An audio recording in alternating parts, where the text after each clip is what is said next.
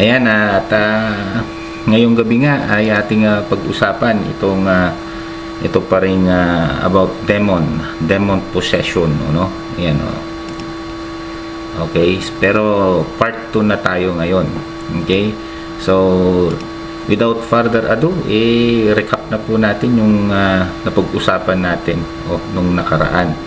So, nung nakaraan, napag-usapan natin yung iba't ibang ranking ng demonic realm, kung tawagin natin. Sabi nga sa Ephesians 6:10, kung saan we wrestle not against flesh and blood, verse 12, but against principalities, against powers, against the rulers in the darkness of this world. Rulers, sabi nga yan, against spiritual wickedness in high places. So, kaya makikita natin to na mayroon palang ranking, mayroon palang dissemination atong mga demons. Of course, ang leader nila wala iba kung hindi si Satanas. Okay? So, without further ado, recap natin yon. So, napag-usapan natin na, of course, yan, si Lucifer ang kanilang pinuno. Dati siyang anghel, nung anghel pa siya, angel of light pa siya, Lucifer ang tawag sa kanya. But after siya nahulog sa pagkakasala, ay tinawag na siyang Satan, o tinatawag din siyang the devil o diablo. Okay? Of course, siya ang pinaka-pinuno, siya yung nang daya, sabi nga ng 1/3 of angels, sabi, no? Tapos andyan din ang after niyan, andyan din yung mga anghel, yung mga nadaya ni Satanas. After their fall, ay tinawag na silang mga fallen angels, or tinawag din silang mga demons, o sometimes tinatawag din silang mga unclean spirits. Okay? Tapos ito, may tinatawag ng personal demon. Paliwanag natin noon yan, kung saan ang mga personal demon ay pwedeng individual o group, kung saan ay dinudumina ng demonyo ang isang grupo or individual. At of course, napag-usapan din natin ng karan, dyan din yung mga tinatawag na group of demons. Ito naman yung grupo naman ng mga demonyo na kung saan ay maaring nag-control or hindi kaya ay naghahari sa isang tao, o pwede ring grupo. Kung maalala niyo yung pinalayas ni Jesus doon sa Mark chapter 5, there were 2,000 demons ang nandoon sa isang tao lang na iyon. Andyan din yung napag-usapan natin yung about regional demons. So kung naalala niyo pa yan, ang regional demons, yan yung rehiyon ang kanyang hinahawakan, yan. Kaya nga, halimbawa, yung mga tribes, mga tribal, mga grupo na yan ay maaring may mga regional demons yan na nagdo-dominion sa kanila. Nandyan din yung cultural demons. Kung naalala nyo, yung mga ito, mas malawak ito, pwedeng bansa ang hawak nito, hindi lang rehiyon, cultural demons. Kung maalala nyo, halimbawa sa Japan, di ba, may mga kultura doon na kung saan ay may paniniwala sila na it is an honor to commit suicide. At of course, halimbawa sa Saudi, somewhere in Saudi, I forget ko anong bansa yun, na kung saan bawal ang Christianity roon. Magturo ka tungkol kay Jesus, they are going to persecute you. Yan yung mga halimbawa, At of course, yan yung monarch demons, yan yung ito naman mga demonyo na itinalaga dyan, na mga leader, kagaya niyan, kundi kaya presidente sa mga government position, may mga monarch demons dyan, o pwedeng mismong yung hari ang under control ng demonyo. Kita natin, maalala natin sa Biblia, di ba, si Haring Saul, di ba? binibisita siya doon ng demonyo. Ayan. So yan yung mga sample, recap lang tayo. Ngayon, ito naman ang pag-uusapan natin ngayong gabi. Can a Christian be demon possessed? O pwede bang ma-possess ang isang Kristiyano? O pangalawa, can a Christian today cast out demons or perform exorcism? O ayan, pwede bang mag-cast out tayong mga Kristiyano? Pwede bang tayo ay mag-perform ng exorcism? Ibig sabihin, magpalayas ng mga demonyo? Sasagutin natin mamaya yan. How to differentiate between psychological disorders and demon possession. Pag-usapan din natin mamaya yan. Kung paano ba natin malalaman kung ang isang tao ay demon possessed siya o baka naman may mental disorder lang. Okay? Pwede rin dito, number 4, pag-usapan din natin yung katanungan na can demons attached to non-living objects, o pwede bang yung demonyo nandyan sa ribulto, halimbawa, o hindi kaya nasa isang upuan, o pwede ba silang naka-attach sa mga yan, o hindi kaya sa mga bahay. O tingnan natin, pag-uusapan natin mamaya yan, gaya ng mga tinatawag na haunted house, ganun, At panglima, are demons active in the world today? O aktibo ba ng mga demonyo sa mundo? Yan yung mga ilang pag-uusapan natin. So, umpisa na natin yung unang katanungan. Sagutin natin yan. Can a Christians be demon possessed? Di ba? Na ang isang Kristiyano ay may demon possessed. Sabi rito, demon possession involves, demon possession involves the demon exerting control over a person's mind, behavior, and body. Typically experienced by unbelievers rather than believers. So sinasabi rito, ang mga unbeliever lang, ang hindi mga tunay na Kristiyano ang pwedeng ma-possess ng demonyo. Yan yung pwede nilang mapasok ng masamang espiritu at tirahan ng masamang espiritu ay yung mga hindi mananampalataya o hindi tunay na mga Kristiyano. So, kapag demon possess ang isang tao, sabi rito, ay pwedeng kontrolado yan, ang isip nila, yung behavior, pwedeng kontrolado ng demonyo, maging yung katawan nila, ay kontrolado ng demonyo yan.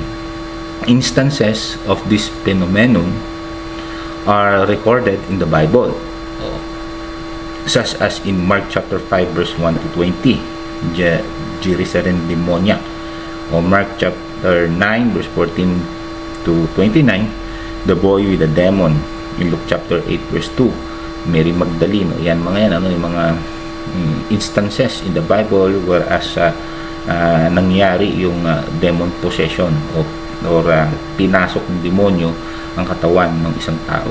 May mga instances sa Bible na mababasa. Mark chapter 1 verse 21 to 28, the man in the synagogue. In Acts chapter 16 verse 16, the young slave girl. Yan yan yung mga instances in the Bible. Now, ano sabi? Tuloy natin. Okay. So by examining these examples, we can discern the behaviors or manifestations associated with possessions. For instance, the Gerasene possessed exhibit inhuman strength. So makikita natin yung mga katangian ng isang demon possessed.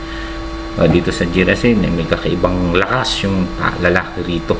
Sabi, ginagapo siya pero mabilis lang niyang pinipigtal. Madali niyang matanggal yung gapo sa kanya, ginaganon lang yan, puputol, tapos basta malakas daw siya. Inhuman strength ang sabi niya. Pinagtutulong-tulungan na siya, ay hindi siya kayang igapos itong lalaking ito. So yan yung isang halimbawa, kaya kapag may kakaibang lakas, hindi lang yung lakas ng laki ng katawan, hindi talagang sabi kahit pagtulong-tulungan ng lalaki hindi maigapos ng taong ito. Tapos weirdo tong taong ito, gusto niya doon nakatira sa libingan, gusto niya sa dilim. Ayan, tapos isa pa na pwede nating makitang katangian ng isang possessed ng demonyo. So, the boy with a demon suffer from an illness o epilepsy nga yan. Kapag may pwedeng makapagdulot ng sakit ang demonyo rin. Makikita natin yan. Isang katangian yan na pwede nating pagbasihan kung isang tao ay demon possessed. Mary Magdalene led a promiscuous lifestyle. O si Mary Magdalene, di ba, 7 demonyo pinalayas dyan. At ang pamumuhay ni Mary Magdalene ay involved siya sa prostitution. Kapag boss, babae, pwede pa lang masabi natin na tanda ng demon possessed ang babae kung wala siyang pagpapahalaga sa sarili niyang katawan, ano? Kumbaga sa kanya, okay lang sa kanya kung sino-sino gumagamit sa kanya. Po pwedeng demon possessed ang taong ganyan. The man in the synagogue opposed biblical truths. Ito naman yung nasa loob na simbahan nito, nagsisimba ito. Pero kagulat-gulat, demon possessed to, nagsisimba.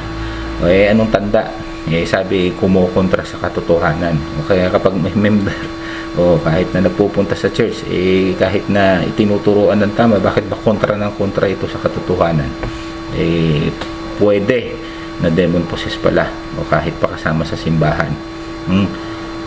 While the slave girl practiced divination and enchantment, ito naman sa Acts chapter 16, ang makikita mo naman tanda ng demonyo dito sa kanya, ito batang babae, dalagitang babae, at paborito siya ng mga tao, kasi may kapangyarihan siyang manghula, at dahil doon pinagkakakitaan siya ng barangay na yun, napapakinabangan yung kanyang panguhula. Yung panguhula niya nagkakatotoo pa, tapos hindi lang siya nanguhula, nagpa-practice pa siya ng mga enchantment, at talagang humahanga yung mga tao sa nagagawa ng dalagang babaeng ito, pero yung pala ay demon possessed pala itong babaeng ito.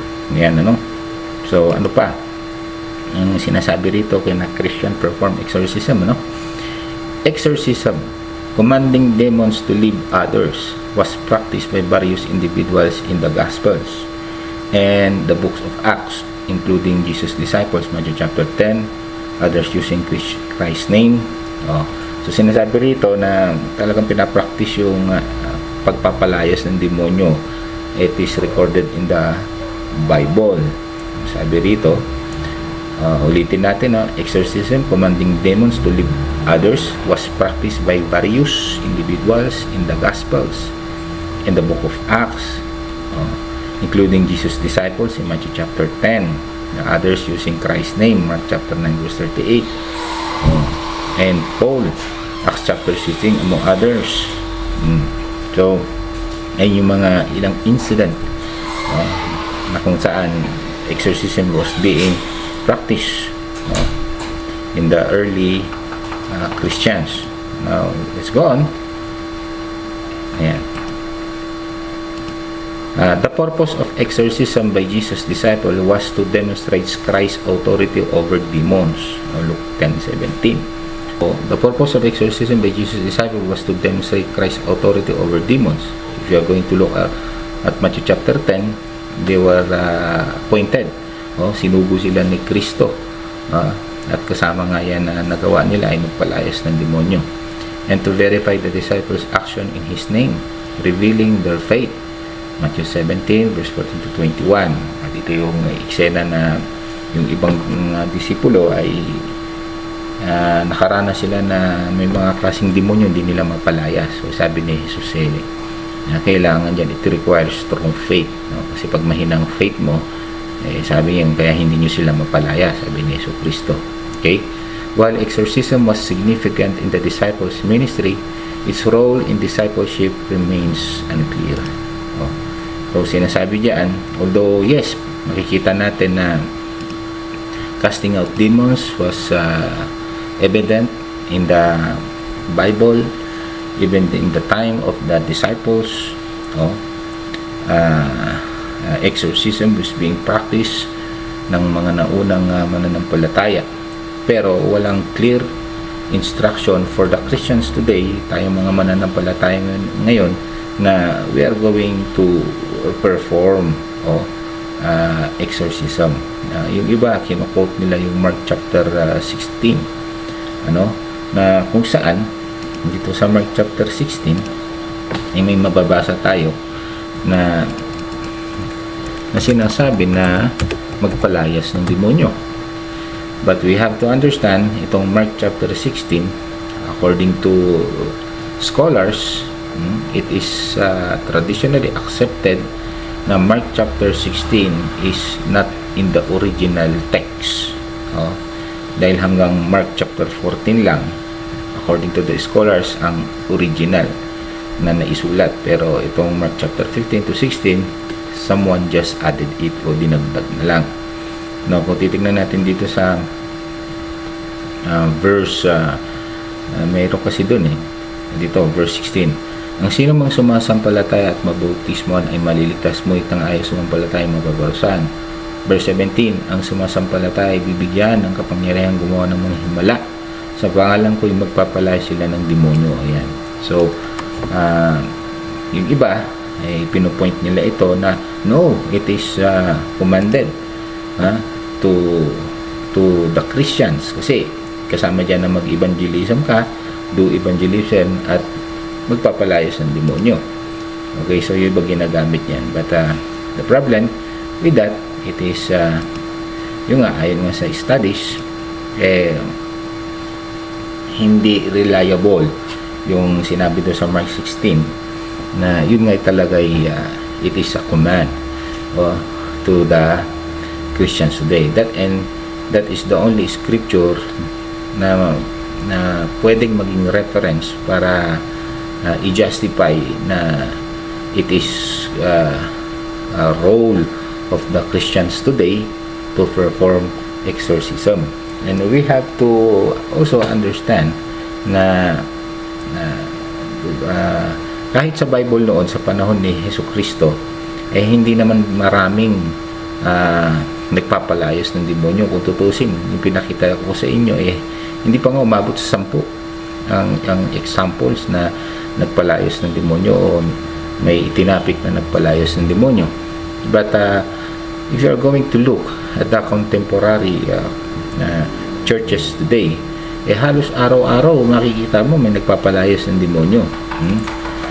Mukha yatang hindi ganon ang kalakaran. Okay? Ayan. So, tingnan natin yung sasabihin pa dito. In the later part, sabi rito, in the later part of the New Testament, there's a sheet regarding demonic warfare. While demonic activity is acknowledged from Romans through Jude, believers are not instructed to cast out demons. Instead, they urge to stand against them, resist the devil, and guard against him. So, sinasabi rito, yung transition niya as time goes on or times goes by, okay, makikita natin na yung pagpapalayas ng demonyo as time progresses, sa buhay naman na nanampalataya, ang nagiging teaching na hindi na casting out demons, kung hindi sinasabi na kapag naka-encounter ka ng demonyo, sabi rito, okay, o ng mga ganitong exorcism, halimbawa lang, ang instruction ay imbis na magpalayas ng demonyo, ay sabi na dito, they urge to stand against them. Ephesians 6:10-11. You have to understand yung mga later part na ito na isinulat ni Apostle Paul. Ano pa? Sulat naman ni James, resist the devil. Hindi cast out the demons and guard against him. 1 Peter 5:8. Okay? So, nakikita natin as time progresses, ay instead na casting out demons, ang sinasabi is resist the devil, be watchful, ganyan, and Ephesians chapter 6, wear the armor of God. Hindi yung casting out demons na papalayas tayo. Okay? Ayan. So, actually, observe nga po, yung mga later part na, yung papapunta na ng mga end of 1st century AD, ay wala na nga tayong makita na nagpe-perform pa ng exorcism or pagpapalayas ng demonyo. The Bible becomes silent. Papansinin niyo yan, especially in the book of Acts, yung mga later part na, wala ka nang makitang reports o sulat sa mga later part na nagpapalayas ng demonyo, kung hindi nakafocus na lang saan sa pagpapalaganap ng aral ng salita ng Panginoon. Because originally, kung titingnan natin, for example, in Matthew chapter 28, ang talagang sinasabi ni Jesus is yung Great Commission. Doon sa Great Commission ay humayo kayo sa lahat ng lugar, gawin niyo silang aking mga alagad, at hindi cast out demons. Ang talaga sinasabi, kung hindi ituro ang kanyang aral, at kapag ito'y naging kanyang alagad, ay bautismuhan sa kanyang sa pangalan ng Ama, ng Anak at ng Espiritu Santo. So yun, ngayon, ang sagot dyan sa can a Christian perform exorcism, pertaining to our time, ang short answer dyan is actually depende. Ako sagot ko. Kung talagang magkaroon ng demon possession ang isang tao, and of course unbeliever yan, at ikaw ay andyan, kung ako ang nandun sa sitwasyon at talagang na-discern ko na talagang possess nga ng demonyo itong taong ito, okay, ang unang-unang gagawin ko dyan, of course, i-proclaim ko yung gospel. Hindi yung agad-agad palalayasin ko, katulad ng nakikita natin dito na nagpapalayas ng demonyo, lumayas ka demonyo, ganun. Bago ko ganun, ay unahin kong i-preach yung gospel. Pagkatapos ko i-preach yung gospel, and then titignan ko kung anong magiging epekto. Magiging epekto doon sa tao. Of course, ililid naman tayo ng Holy Spirit. And you may ask me, bakit halimbawa pwede kong palayasin? Remember, we are given the authority. We have the Holy Spirit in us. You have to remember that, mga kapatid. Luke 10:17 nga, hindi lang yan. It's very clear that we are indwelt of the Holy Spirit. Okay? And of course, although wala mang direct na sinasabi na we can perform exorcism, but as a believer that possess the Holy Spirit, of course, we can do it if it is really necessary, if it is really needed. Okay? May paniniwala pa rito na hindi daw lahat ng mananampalataya ay pwedeng magpalayas ng demonyo. Well, I disagree on that. Kung sa tunay na mananampalataya ka, okay, ay pwede kang magpalayas ng demonyo. Okay? As long, tatandaan natin, as long unang-una, you do it by faith. Hindi yung kailangan pa na tatawag ka pa ng iba na mananampalataya. Okay? At gagawin mo yon, yung pagpapalayas. Especially kung talagang hinihingi ng pagkakataon na walang ibang available at ikaw lang naman ang Kristiyanong nandoon. Okay? Pero kung halimbawa, especially dito sa syudad mangyari yan, daming mananampalataya rito, maraming body of Christ. Of course, unang-una, kung gagawin mo yun, itatawag ka ng intercessor. Ipaalam mo sa mga kapatiran na mukhang sasabak ako sa exorcism, performing exorcism. Hihingi ka rin ng prayer, intercession ng mga kapatiran. Like Jesus Christ said, na may mga klase ng mga demonyo na hindi basta-basta mapapalayas, it requires prayers and fasting, nasabi dyan. So, ibig sabihin, makakatulong dyan yung intercession ng mga kapatiran. Okay? Pero, again, kung talagang walang iba, at ikaw naman ang nandyan, remember, 1 John 4:4, greater is the spirit that is in us than the spirit of this world. Ikaw ay pinanahanan ng Espiritu Santo. you become the child of God, then you are given the authority. Okay? So, yun, depende. But, again, I strongly believe today, ay yung kagaya ng demon possession na nakikita sa panahon ng mga disipulo, early Christians, ay iba sa panahon natin ngayon. Kaya na-explain ko yan sa part 1 kasi ang nag-level up kasi ang pag-atake din ni Satanas at mga kampo niya sa panahon natin ngayon. Actually, halimbawa drugs, hindi na kailangan ng direct na demonyo ay i-possess niya ang isang unbeliever. Pwedeng gamitin niya ng drugs, at doon ay mas malayang nakakagalaw yung diablo, na itatago niya ang kanyang gawain sa pamamagitan ng drugs. Ang isang taong under the influence of drugs, actually demon possession yan ang hindi maintindihan ng secular. Inisip nila, drugs lang yan. But actually, ginamit lang yung drugs, pero at the same time, demon possessed na yung taong yun. Because it's clear kung anong definition ng demon possession. Kontrolado ng demonyo yung mind mo, yung behavior mo, yung katawan mo. At kitang-kita yan sa mga taong nakadrugs. Kahit alak. Kapag ang isang tao ay pwedeng gamitin ng demonyo ang alak para mas kontrolado niya ang isang tao. Pwede niyang magamit ang mga yan Okay? At marami pa, even yung mga movies ngayon. Pwedeng gamitin ng diablo yan para ma-possess ang isang tao, gamit ang mga palabas o movies.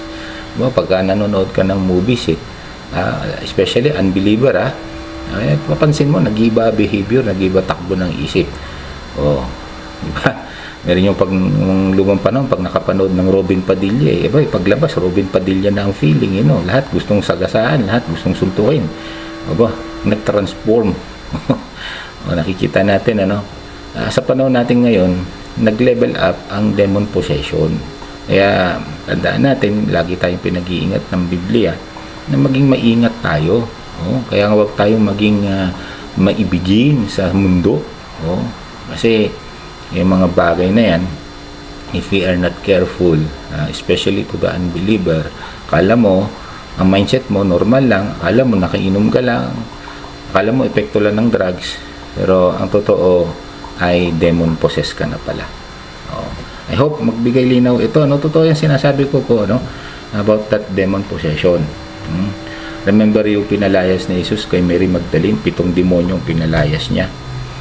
Akala ni Mary Magdalene ay normal lang sa kanya yung pagiging hilig niya sa laman kasi prostitute siya lagi siyang nai-involve sa pangangalun niya.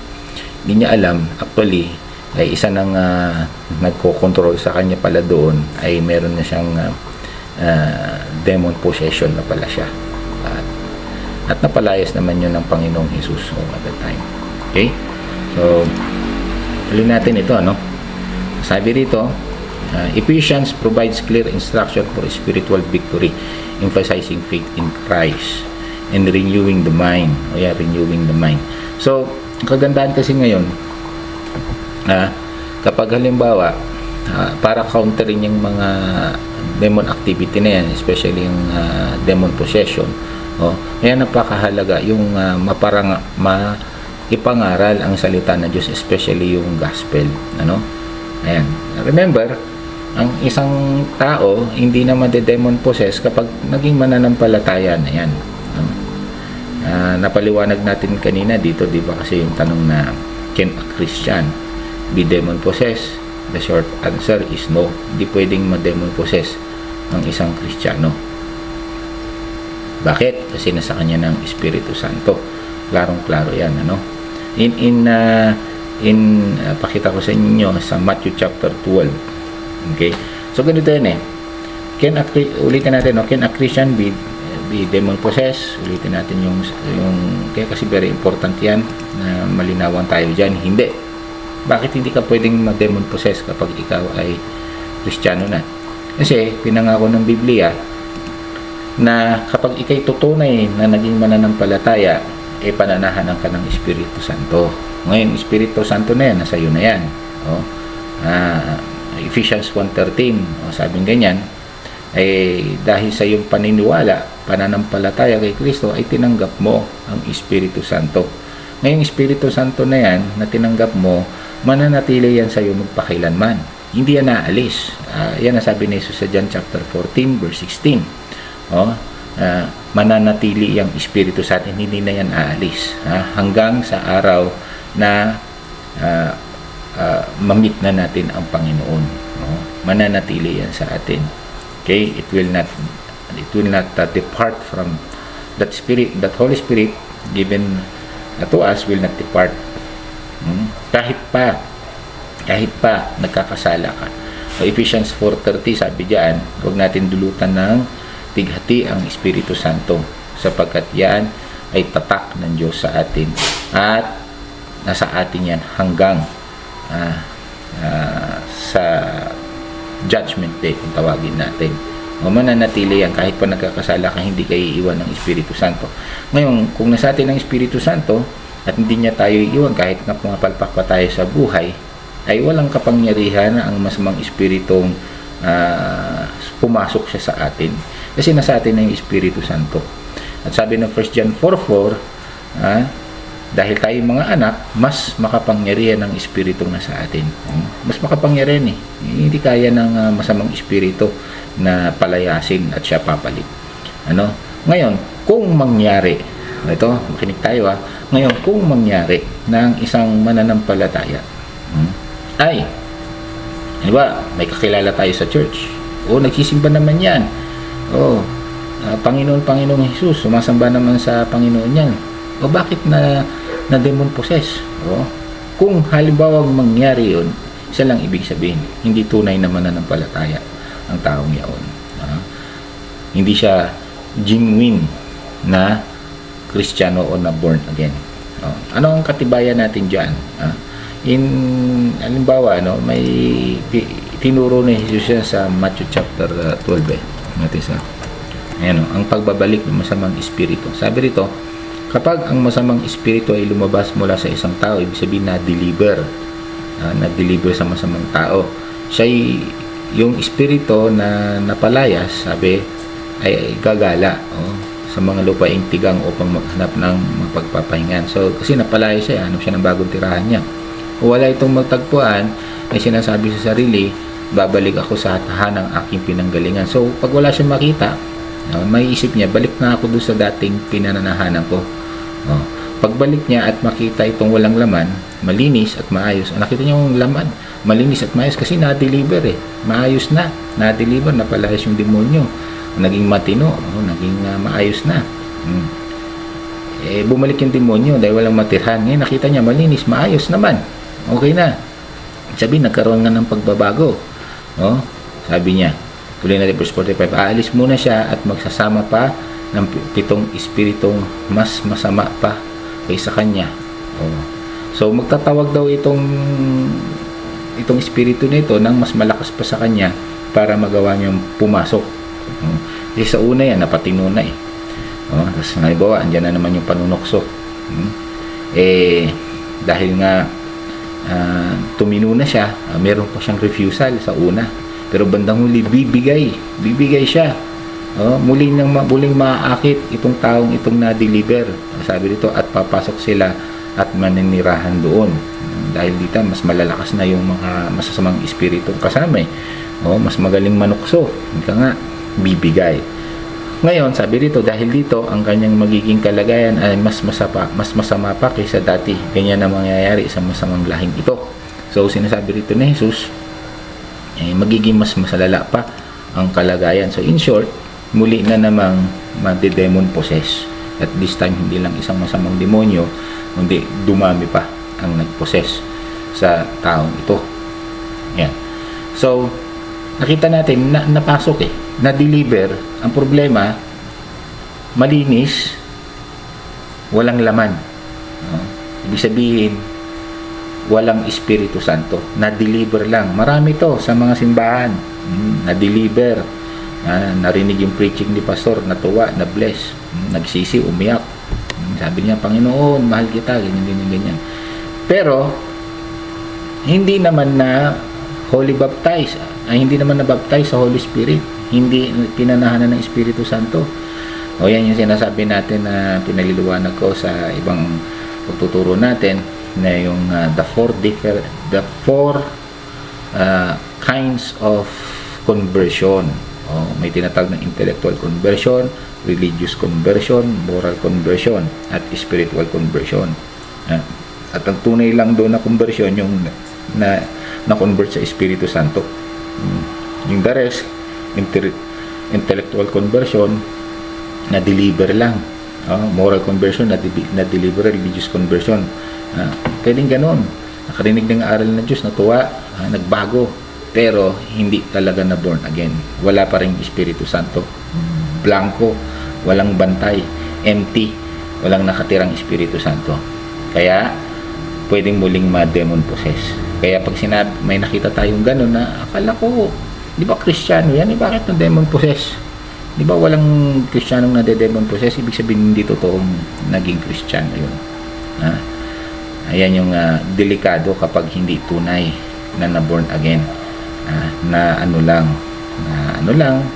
Maaaring natuwa, na-enlighten, nagustuhan yung pangaral, nagustuhan yung mga nakikita, pero hindi talaga na-born again.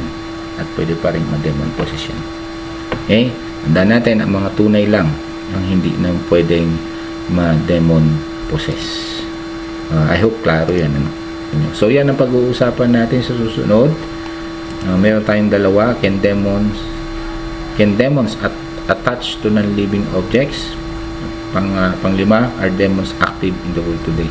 So yan yung mga natitirang pag-uusapan natin, at sa susunod na natin pag-uusapan yan.